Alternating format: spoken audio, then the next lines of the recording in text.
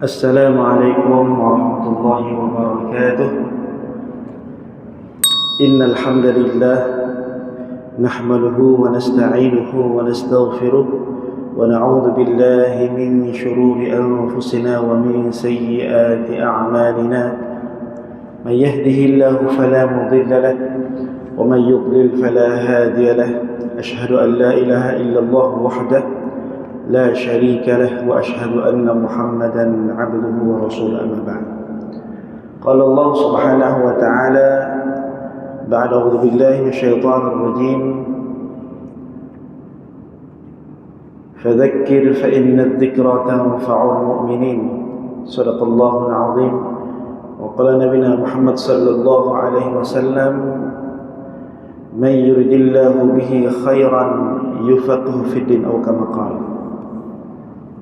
Alhamdulillah, pertama dan selamanya marilah sama-sama kita panjatkan dan rafa'kan setinggi-tinggi kesyukuran kepada Allah Subhanahu wa taala. Kerana dengan taufik dan kasih sayang Allah Subhanahu wa taala yang tidak putus-putus memberikan kita taufik hidayah, inayah, riayah dan juga keizinan Allah Subhanahu wa taala, maka sampailah kita ke rumah Allah Subhanahu wa taala. Tidak ada lain melainkan menunjukkan bahawa ini adalah bukti kita beriman kepada Allah Subhanahu wa taala dengan kita tunjukkan kita mengamalkan sunnah Nabi sallallahu alaihi wasallam dalam kehidupan kita, iaitulah salat fardu maghrib secara jemaah. Dan seterusnya pada malam ini kita luangkan masa kita duduk dalam majlis ilmu. Ini juga adalah sunnah Nabi sallallahu alaihi wasallam. Dan dalam masa yang sama juga kita menunggu antara solat yang lain yang disebut dalam hadis Nabi sallallahu alaihi wasallam, as-salat kas-salat kafaratu lima bainahuma. Di antara solat dengan solat yang lain dapat menghapuskan dosa-dosa kita yang sama ada kita lakukan sengaja ataupun tidak, dosa dulu baru maupun dosa akan datang, dan semuanya itu adalah dalam maghfirahnya Allah Subhanahu wa taala. Dan seterusnya pada malam ini alhamdulillah seperti biasa kuliah maghrib kita adakan. Sepatutnya pada malam ini kita bersama dengan tuan guru kita Al-Fadhil Ustaz Syahir, kerana beliau juga mungkin kita doakan semua guru-guru kita ini diberi kelapangan, dipermudahkan urusan mereka, dipermudahkan segala urusan mereka. Mudah-mudahan guru-guru kita sentiasa diberikan kesehatan, dipanjangkan usia mereka, dapat bersama kita setiap hari insya-Allah.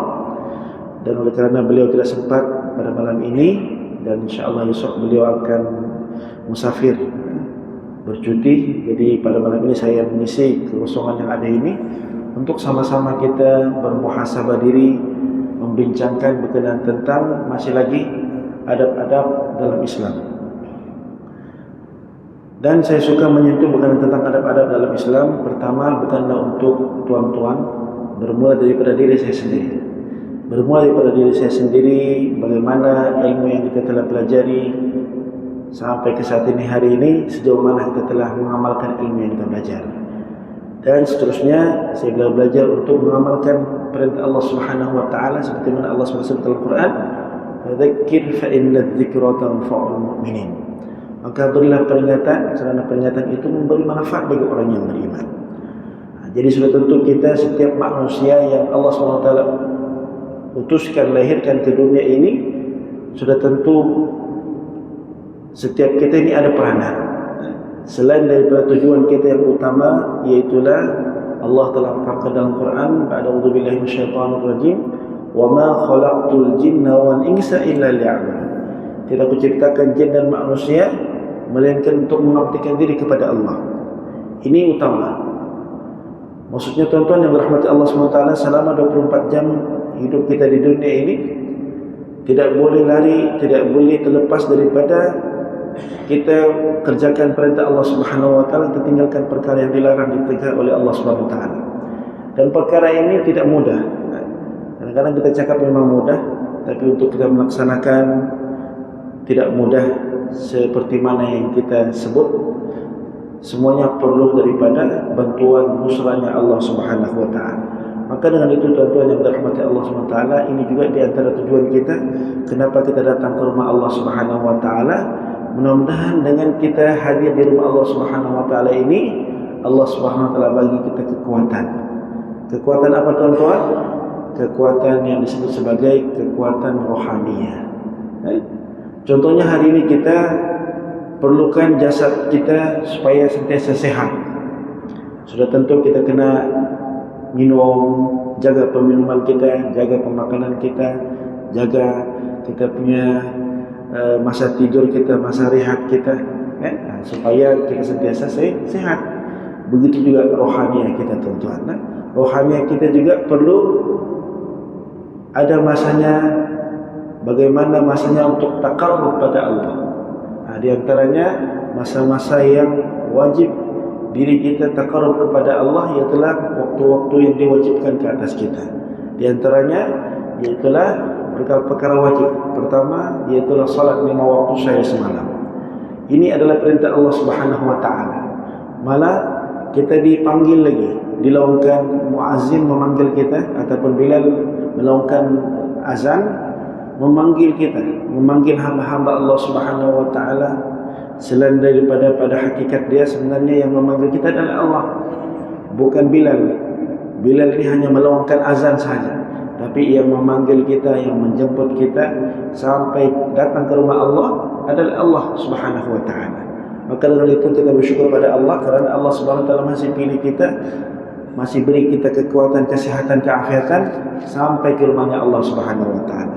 Dan apabila kita sampai di rumah Allah Subhanahu wa taala, sudah tentu ada perkara-perkara yang perlu kita jaga. Di antara yang kita sebut itulah adab-adab. Adab-adab dalam Islam ini maksudnya bermula daripada, ataupun kalau kita sebut bermula daripada salat. Tidak salah saya sebut bermula daripada salat, kerana mula-mula Allah akan hisab di padang mahsyar adalah salat.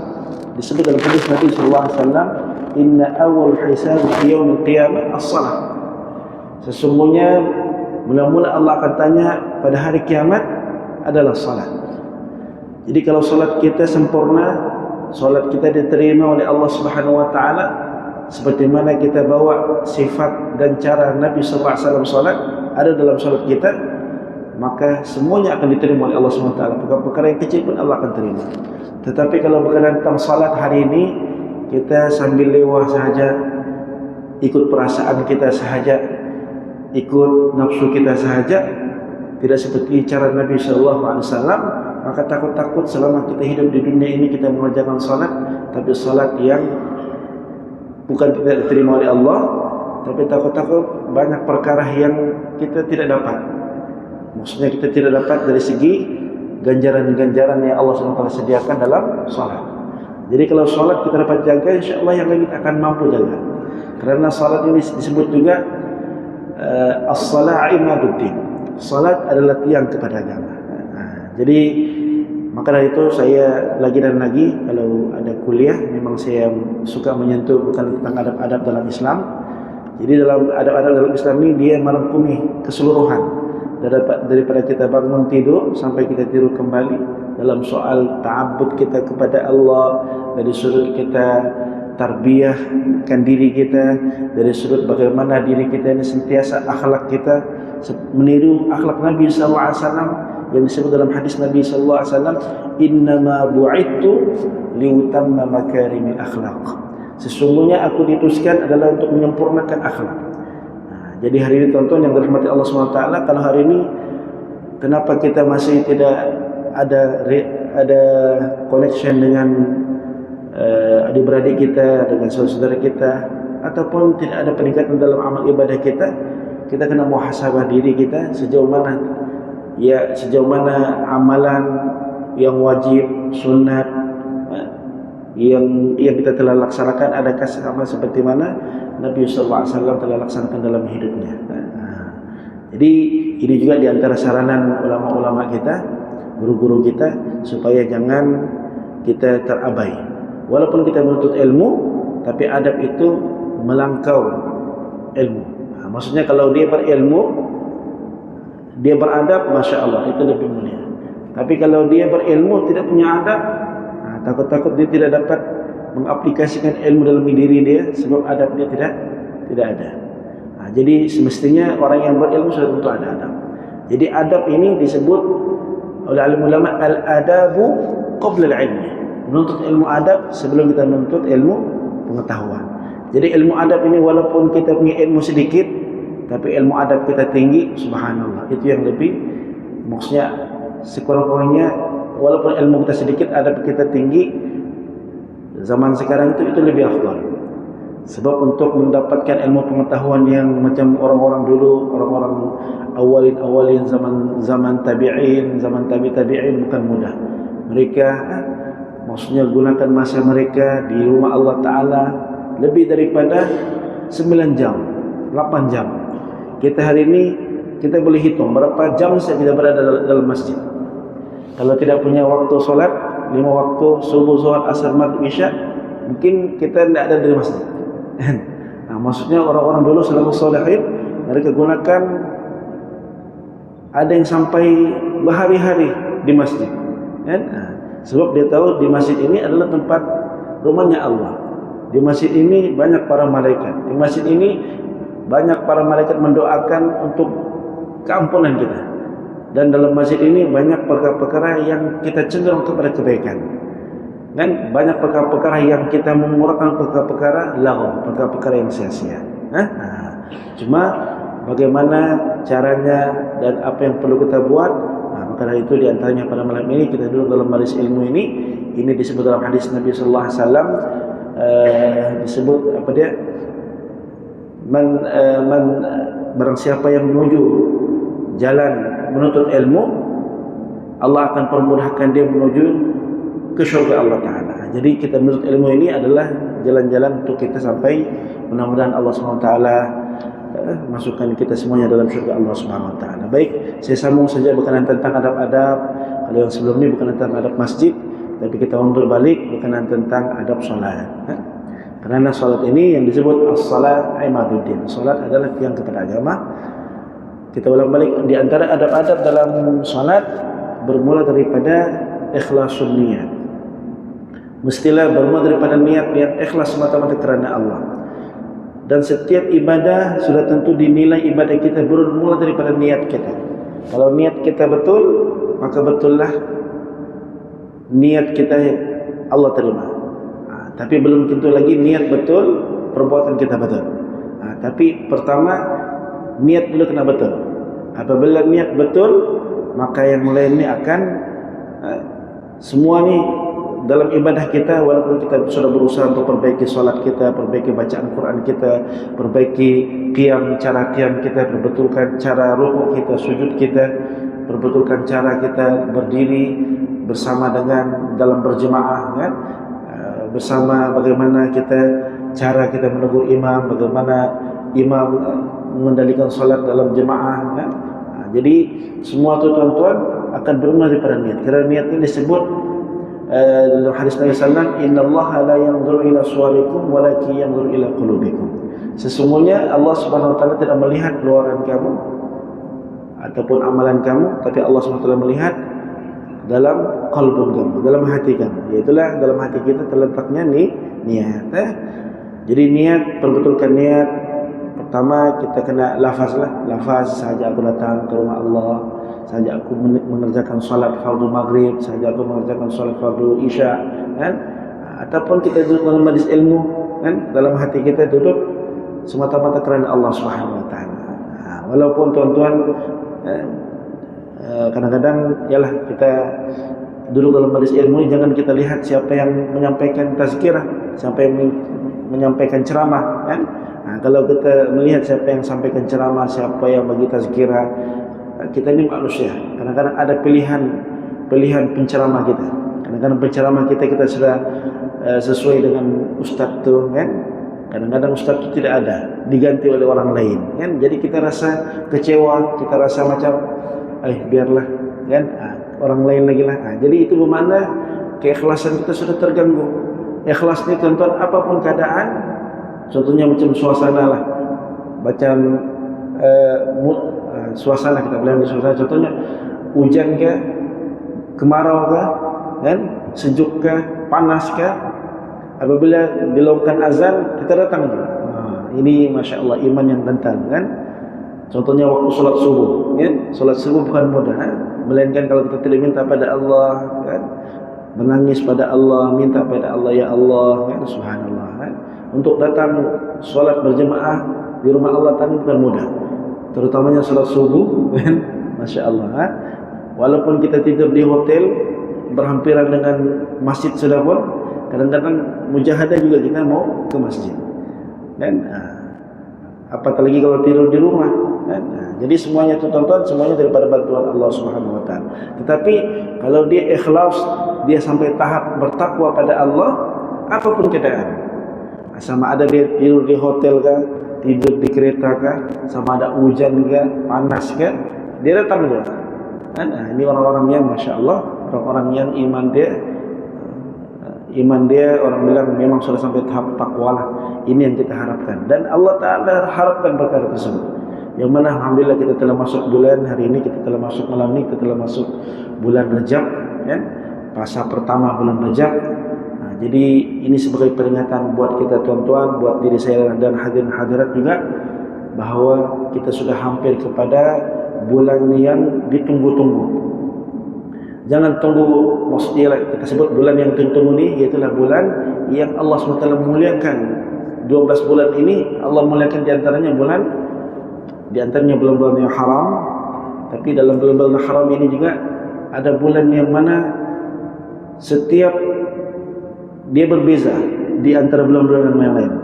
Contohlah kita sebut bulan Ramadan.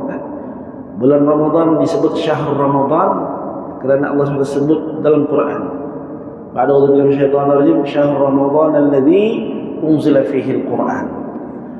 Dan kita selalu war-warkan, ceritakan tentang kelebihan bulan Ramadan. Dan bulan Ramadan di antara orang ingat sebab di siang Ramadan kita berpuasa, pada malam Ramadan kita berqiyamul lail, kan? Sedangkan ada lagi bulan-bulan yang Allah SWT muliakan selain daripada bulan Ramadan, iaitulah bulan yang diharamkan ataupun bulan-bulan Muharram. Iaitulah pertama bulan Rajab. Bulan Rajab ini termasuk dalam bulan-bulan yang Allah Subhanahu Wa Taala muliakan. Di antaranya kita digalakkan untuk perbanyakkan istighfar pada Allah. Astaghfirullahalazim alladzi la ilaha illa huwal hayyul qayyum wa atubu ilaih. Istighfar terus pada Allah. Dan yang kedua, kita digalakkan dalam bulan Rajab ini juga, kita digalakkan untuk buat baik, kurangkan perkara-perkara yang buat jahat.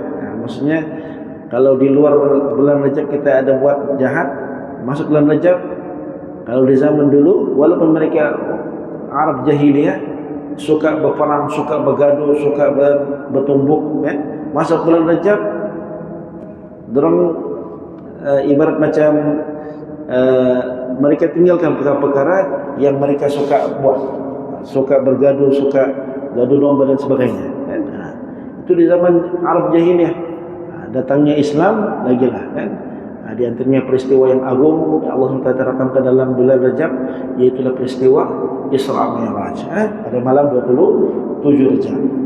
Jadi banyak peristiwa-peristiwa di antaranya yang perlu kita ingatkan dalam hati, yang perlu kita tidak boleh lupa.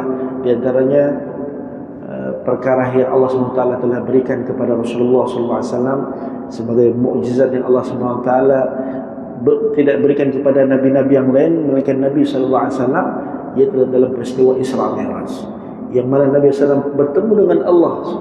Maksudnya Nabi SAW sendiri bertemu dengan Allah Subhanahu Wa Taala, dengan Allah SWT berikan hadiah yang paling agung, hadiah yang paling istimewa, yaitu hadiah salat.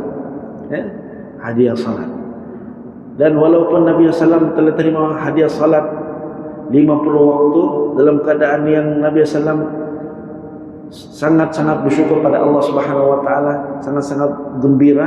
Walaupun dikatakan, kalau kita lihat dalam sejarah Nabi SAW sebelum peristiwa Isra Mi'raj Rasulullah SAW itu, Nabi SAW kehilangan pakciknya, kehilangan istrinya, dan Nabi SAW juga ketika itu juga di pulau, Nabi SAW juga didera, Nabi SAW juga maksudnya dipinggirkan oleh orang-orang Quraisy ketika itu, kan? Dan banyak lagi peristiwa yang kalau kita manusia biasa ini tidak sanggup berhadapan, kan? Tapi itulah Allah Subhanahu wa taala, maksudnya bagi ujian kepada para nabi ini menunjukkan kasih sayang Allah Subhanahu wa taala ke atas para anbiya. Dan nabi-nabi ini tidak punya dosa, maksum daripada dosa, tapi Allah Subhanahu wa taala uji nabi-nabi ini untuk bagi pengajaran kepada kita. Kita hari ini, kita manusia yang biasa pun sudah tentu ini menguatkan kita. Kita pun manusia biasa sentiasa diuji oleh Allah Subhanahu wa taala. Hatta nabi-nabi pun diuji, apalagi kita, kan? Jadi kalau kita diuji sedikit nih, kita kena rasa kuat. Sebab nabi-nabi yang mulia di sisi Allah Subhanahu wa taala pun Allah uji bukan kerana Allah tidak menyayangi para nabi. Malah Allah Subhanahu wa taala memuliakan para nabi ini dengan begitu hebat, sehingga kan Allah Subhanahu wa taala hadiahkan Rasulullah SAW dalam peristiwa Isra Mi'raj. Hadiahkan solat 50 waktu, kan? Ini kadang-kadang kalau ada persoalan timbul, kenapa dulu solat 50 waktu, kenapa hari ini kita buat 5 waktu saja, kan? Kadang-kadang ada yang bertanya. Kadang-kadang dia bertanya bukan main lancar lagi, ya. Kenapa dulu solat diperintahkan 50 waktu? Kenapa hari ini, saat ini, malam ini kita solat 5 waktu saja, kan? Kadang-kadang dia bercakap bukan main lantang lagi, kan? Kalau kita lihat seluruh kisah Rasulullah SAW ketika mana Nabi SAW terima solat turun daripada Mi'raj itu, bertemu dengan Nabi Musa AS. Nabi Musa bertanya, wahai Rasulullah, apa yang kamu terima, apa yang kamu dapat daripada Allah Subhanahu wa taala? Apa kata Rasulullah, wahai Nabi Musa, saya terima daripada Allah Subhanahu wa taala yaitu salat 50 waktu. Lalu Nabi Musa menangis.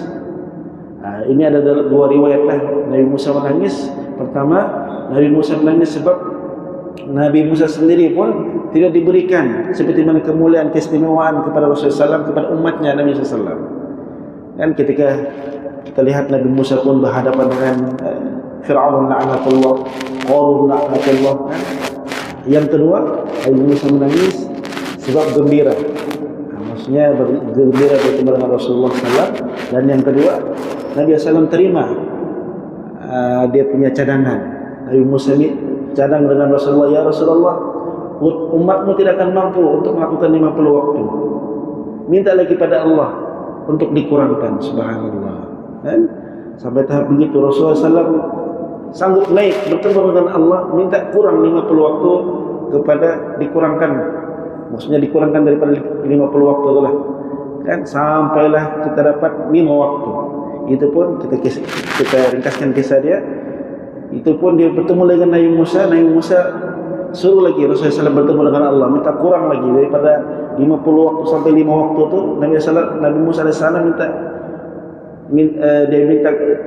dia beritahu dengan Rasulullah SAW, wahai Rasulullah, umatmu tidak akan mampu juga laksanakan 5 waktu itu, minta kurang lagi.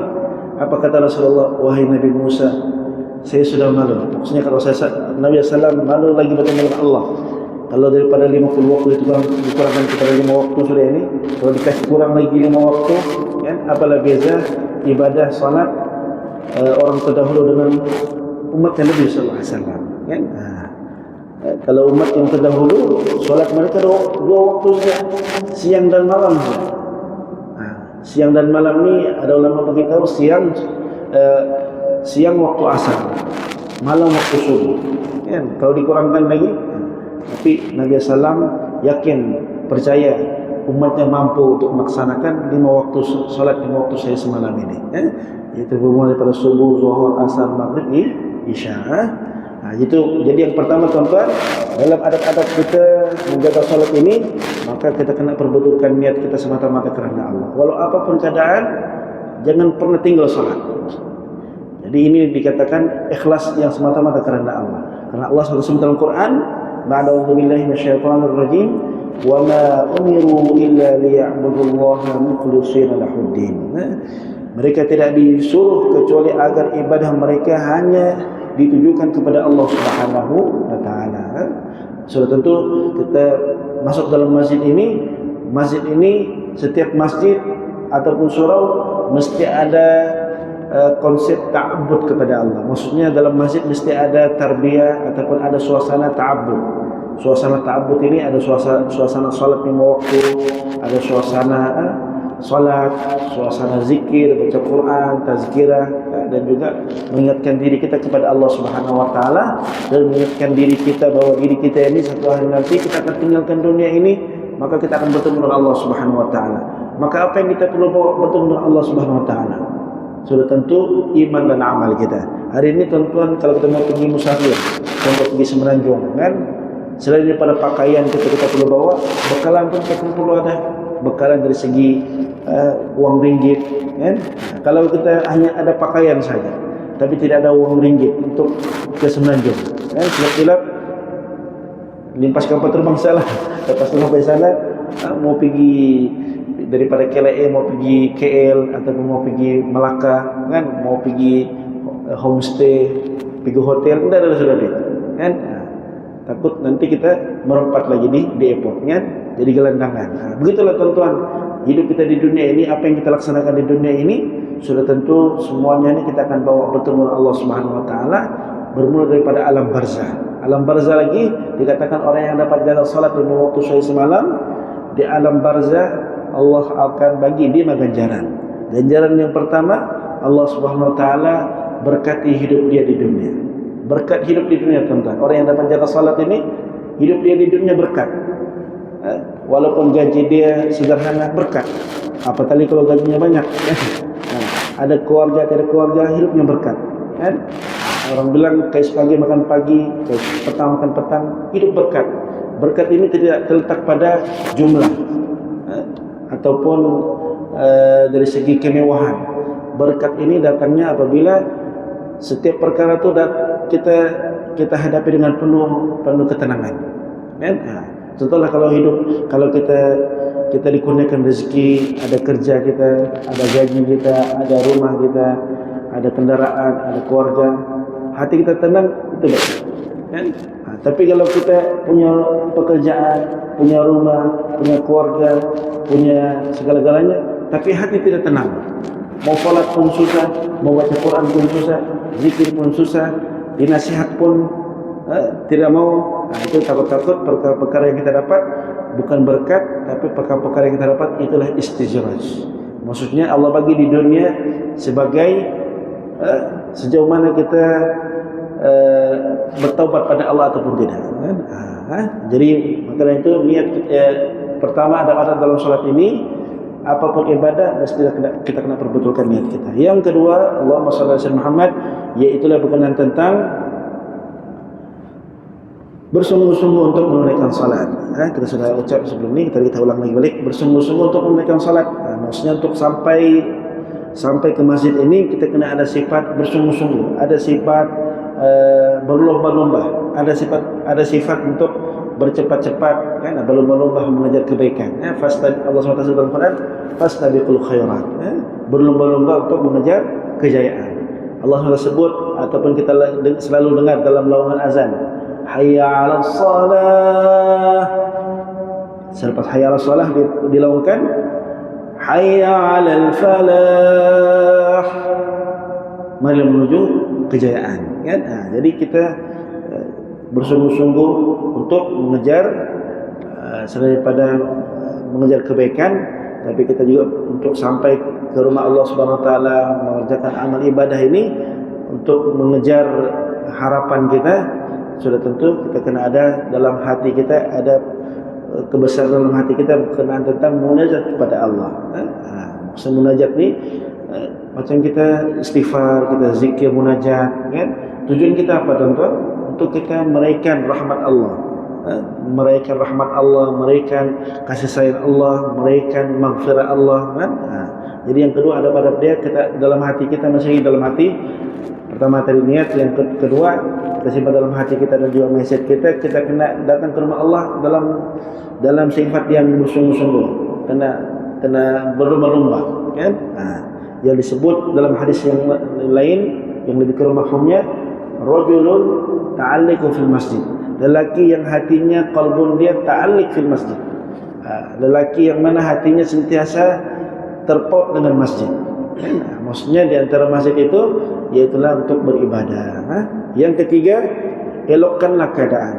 Elokkanlah keadaan, di antaranya disebut dalam adab-adab ini, seorang itu hendaklah memperelokkan keadaannya sebelum menunaikan sembahyang dengan cara memilih pakaian yang bersih, memakai pakaian wangi-wangian dan bersugi dan sebagainya.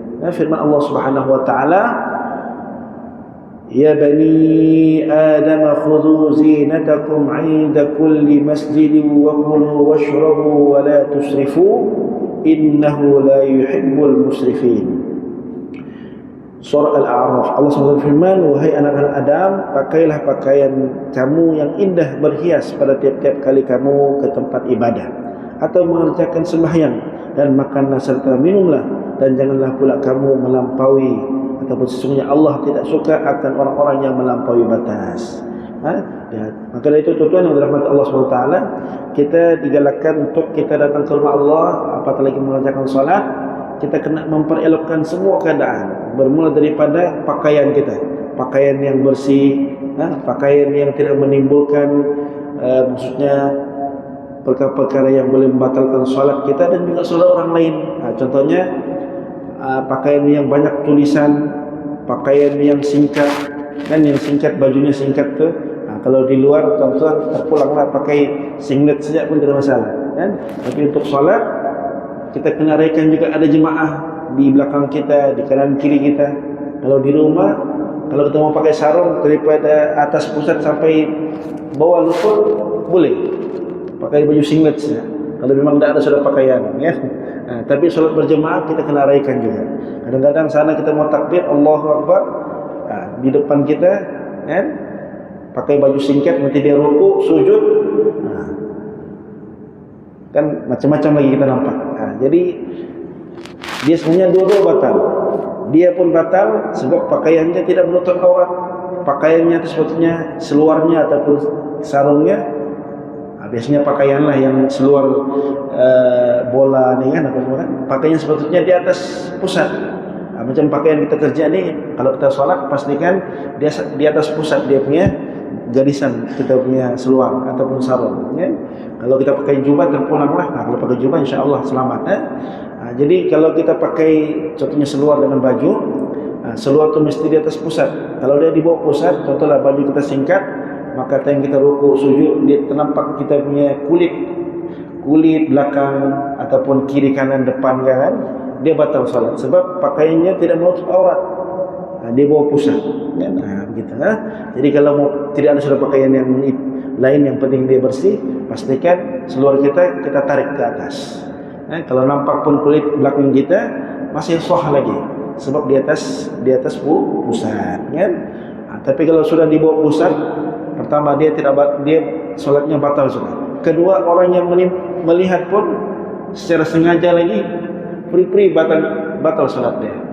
Maka itu tuan kita kena jaga. Maka kita kena perelokkan pakaian. Pakailah pakaian yang bersih, yang sesuai, yang cantik, yang indah, kan? Berapa saja pakaian-pakaian kurta, baju Melayu, jubah, kan? Kalau ada. Kalau tidak ada, pakai pakaian yang kita ada, yang penting bersih dan tidak ada perkara-perkara yang syubhat, perkara-perkara yang menimbulkan bermain dalam pikiran orang salat, kan? Kadang-kadang kalau banyak tulisan pun, walaupun dia bersih, banyak tulisan di belakang. Kadang-kadang kita jemaah ini di belakang bukan membaca ayat yang kita baca dalam salat. Kadang-kadang apa yang kita nampak di depan, dia baca satu-satu, kan? Jadi itu kita kena hati-hati, ya.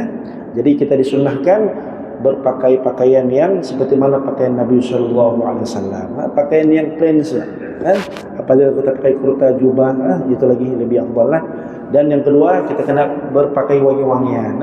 Maksudnya kebersihan ini bermula daripada masjid, bermula daripada kita jaga salat.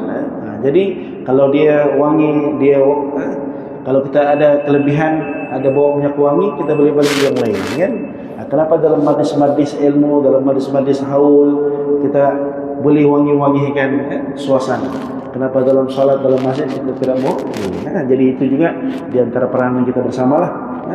Dan seterusnya tuan-tuan yang dirahmati Allah Subhanahu wa taala, apabila yang lain itu kita mampu jaga, insya-Allah yang lain itu juga akan memberikan kita natijah yang baiklah. Di antaranya contohnya makanan kita, minuman kita, kan? Nah, jadi ini maksudnya kita walaupun di luar salat, tapi kita minum cara sunnah Nabi SAW. Kita melihat air, membaca doa, kita minum air, baca doa, kan?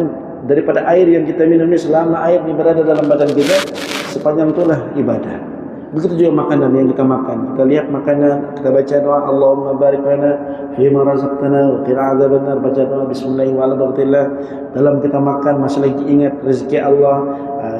Semua ini datangnya daripada Allah, yang bagi kenyang adalah Allah, kan? Kita makan dengan niat mudah-mudahan makanan ini dapat kekuatan untuk kita supaya dapat jaga ibadah, kan? Jangan kita makan untuk supaya nampak kita sado. Kalau yang lelaki nampak sado, tegap, kan? Kalau perempuan nampak cute, kan? Itu kedua. Yang penting, yang pertama, bagaimana makanan ini, minuman ini dapat menguatkan kita supaya rajin untuk beribadah. Jadi insya-Allah maka semua dalam hidup kita semua ibadah. Daripada luaran kita, minuman kita, makanan kita semua ibadah. Maka tuan-tuan, inilah diantaranya orang-orang yang terselamat. Jangan sampai kita melampaui batas. Melampaui batas ni kan kadang-kadang kita dibagi peluang makan minum tapi berlebihan. Sampai kita makan sampai tidak ingat sudah salat. Kita minum sampai tidak ingat sudah mau baca doa dan sebagainya. Jadi begitulah. Jadi banyak dari tuan-tuan yang dirahmati Allah SWT. Yang terakhir sebelum saya tutup, kita menonton daripada hadis Nabi SAW daripada Ibnu Umar radhiyallahu anhu berkata, Rasulullah SAW telah bersabda, apabila seorang kamu salat, maka pakailah baju sesungguhnya Allah Subhanahu wa taala lebih berhak untuk diperhiaskan kepadanya. Hadis riwayat Baihaqi. Jadi saya ajak lagi diri saya dan hadirat supaya kita, apatah lagi kita berada di bulan Rajab ni, kita belajarlah untuk kita perbaiki solat kita dari sudut luaran kita sampailah dalaman kita. Maka mudah-mudahan kita sampai bulan Sya'ban, Allah bagi kita rezeki sampai bertemu bulan Ramadan. Jadi mudah-mudahan kita sentiasa dalam rahmatnya Allah Subhanahu wa taala dengan kita sentiasa mengamalkan sunnah Nabi sallallahu alaihi wasallam dalam kehidupan kita. Wallahu a'lam. Yang baik tentunya daripada Allah Subhanahu wa taala, yang tidak baik tentunya daripada kelemahan dan kejahilan saya. Hadza wabillahi taufiq wal hidayah. Wassalamualaikum warahmatullahi wabarakatuh.